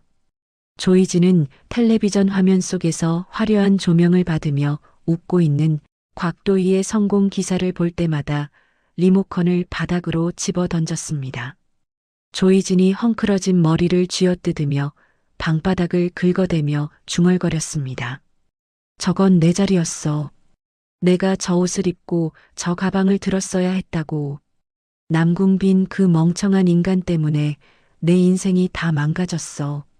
조이진은 편의점 도시락 하나를 살 돈도 없어 수돗물로 배를 채우면서도 끝까지 곽도희를 원망하며 증오의 불꽃을 키우고 있었습니다. 하지만 그녀를 기다리는 것은 곽도희의 자비가 아닌 전 국민의 싸늘한 외면이었죠. 전과자로 낙인 찍힌 조이진을 받아주는 곳은 그 어디에도 없었습니다. 그들이 지옥 같은 현실 속에서 허우적거리고 있을 때 태성그룹 본가에서는 화려하고 따뜻한 잔치가 열리고 있었습니다. 도희의 아들 하늘이의 첫돌을 기념하는 파티장에는 은은한 생화향기와 사람들의 즐거운 웃음소리가 가득했습니다. 곽도희는 세련된 비단 한복을 입고 아이를 안은 채 하객들의 축복을 받고 있었습니다. 옆에서 든든하게 곽도희를 보좌하던 강태진 변호사가 다가와 아이의 머리를 다정하게 쓰다듬으며 도희에게 부드러운 목소리로 말했습니다. 상무님, 하늘이가 판사봉을 잡았네요. 이 아이는 상무님처럼 정의롭고 강한 사람으로 자랄 겁니다. 곽도희가 태진을 향해 화사하게 웃으며 대답했습니다. 강 변호사님 덕분에 우리 하늘이가 이렇게 건강하게 첫돌을 맞이했어요. 피 한 방울 섞이지 않았지만 누구보다 하늘이를 사랑해 주셔서 정말 감사해요. 강태진은 품 안에서 작은 상자를 꺼내 곽도희의 손에 쥐어주었습니다. 그 안에는 영롱하게 빛나는 다이아몬드 반지가 담겨 있었고 강태진의 눈에는 곽도희를 향한 진심 어린 사랑이 가득 담겨 있었습니다. 강태진이 곽도희의 손을 조심스럽게 맞잡으며 나직하게 고백했습니다. 도희 씨, 이제는 상무님이라는 직함 뒤에 숨은 아픔은 다 잊으세요. 제가 평생 도희 씨와 하늘이의 울타리가 되어주고 싶습니다. 저와 결혼해 주시겠어요? 곽도희는 감동의 눈물을 흘리며 고개를 끄덕였고 두 사람은 하객들의 박수 속에 입을 맞췄습니다. 돌잔치가 끝난 뒤 곽도희는 강태진과 함께 특별한 장소로 이동했습니다. 그곳은 바로 남궁빈과 평금옥이 자신을 구박하며 살게 했던 그 낡고 지저분했던 빌라가 있던 자리였습니다. 도희는 그 부지를 통째로 매입하여 빌라를 허물고 그 자리에 현대식으로 지어진 태성 한부모 복지센터를 완공했습니다. 센터 앞에는 곽도희의 이름과 함께 상처 입은 이들의 쉼터라는 글귀가 새겨져 있었죠. 센터 개관식 날 곽도희는 단상 위에서 마이크를 잡고 우아하게 미소 지었습니다. 곽도희가 모인 사람들을 향해 떨리지만 힘 있는 목소리로 연설했습니다. 저는 이곳에서 인생의 가장 어두운 터널을 지났습니다. 하지만 이제 그 터널을 허물고 누군가에게는 새로운 빛이 되는 공간을 만들려 합니다. 세상의 모든 어머니와 아이들이 더 이상 눈물 흘리지 않는 세상을 꿈꿉니다. 사람들의 환호 소리가 울려 퍼지는 가운데 행사장 구석 가로수 뒤에 숨어 그 모습을 지켜보는 한 초라한 여인이 있었습니다. 형기 만료로 며칠 전 출소한 평금옥이었습니다. 평금옥은 때자국 가득한 낡은 옷을 입고 꾀죄죄한 모습으로 무료 배급되는 빵을 얻으러 왔다가 단상 위에 곽도희를 보게 된 것이었죠. 평금옥은 빛나는 곽도희의 모습을 보며 입을 틀어막고 주저앉았습니다. 평금옥이 회한 섞인 눈물을 흘리며 갈라진 목소리로 중얼거렸습니다. 재경아, 아니 도희야, 내 복덩이 며느리. 내가 천벌을 받았구나. 내가 저 귀한 복을 내 발로 차버렸어. 평금옥은 곽도희에게 다가가 빌고 싶었지만 자신의 처참한 행색이 부끄러웠습니다. 결국 그녀는 곽도희의 시선이 닿기도 전에 쩔뚝거리는 다리로 도망치듯 자리를 피했습니다. 곽도희는 멀어지는 노인의 뒷모습을 보았지만 더 이상 증오는 남아있지 않았습니다. 과거의 상처는 이제 완전히 아물어 그녀를 더 단단하게 만드는 훈장이 되었으니까요. 개관식을 마친 곽도희는 태진과 하늘이의 손을 잡고 근처 한강공원으로 향했습니다. 노을이 붉게 물드는 강변을 따라 세 가족이 나란히 걷는 모습은 마치 한 폭의 그림처럼 평화롭고 아름다웠습니다. 아장아장 걸음마를 시작한 하늘이가 까르르 웃으며 강아지를 쫓아 달려갔습니다. 강태진이 아이를 뒤쫓으며 즐거운 비명을 지르자 곽도희의 가슴에는 행복이 벅차올랐죠. 곽도희는 문득 뒤를 돌아보며 지난 1년을 회상했습니다. 피눈물을 흘리며 도장을 찍었던 그날의 결단이 없었다면 지금의 이 찬란한 노을을 결코 보지 못했을 것입니다. 곽도희가 태진의 어깨에 머리를 기대며 평온한 목소리로 속삭였습니다. 태진 씨, 이제야 알 것 같아요. 가장 완벽한 복수는 저들을 처벌하는 게 아니라 우리가 저들보다 훨씬 더 보란 듯이 행복하게 잘 사는 것이라는 걸요. 강태진이 곽도희의 허리를 부드럽게 감싸 안으며 고개를 끄덕였습니다. 맞습니다. 도희 씨. 당신은 세상에서 가장 멋진 복수를 완성했습니다. 이제 우리 앞에는 행복한 내일만 있을 테니 걱정하지 마세요. 세 가족의 행복한 웃음소리가 강바람을 타고 멀리 퍼져나갔습니다. 지옥을 뚫고 나와 스스로 태양이 된 곽도희의 미소가 화면 가득 퍼졌습니다. 악인들은 자신들이 만든 탐욕의 감옥 속에서 영원히 고통받을 것이고 선한 의지로 시련을 견딘 그녀는 진정한 사랑과 평화를 얻었습니다. 하늘에 떠오른 첫 별이 세 사람의 앞길을 비추며 이야기는 막을 내렸습니다. 권선징악의 명확한 진리 속에서 시청자들은 깊은 안도와 카타르시스를 느꼈고 곽도희의 새로운 출발을 응원하며 진한 여운 속에 방송은 마무리되었습니다.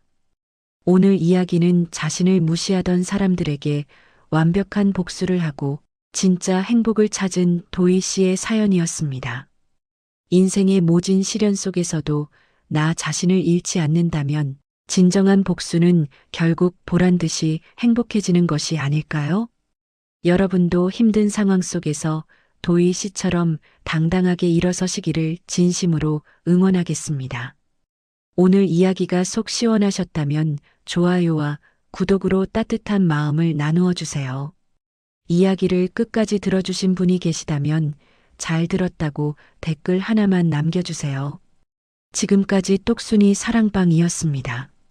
감사합니다.